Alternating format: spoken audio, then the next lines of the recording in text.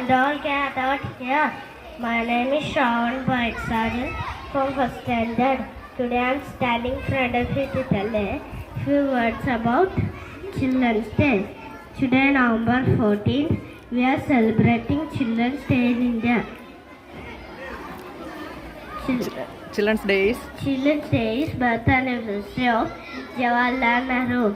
Jawaharlal Nehru was the first Prime Minister in India. Children called him Chachaji. Chachaji was strongly advocate for child education, child rights and welfare.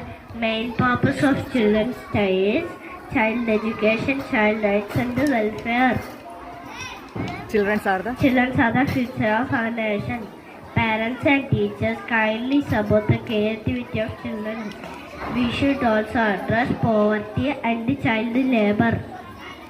Every child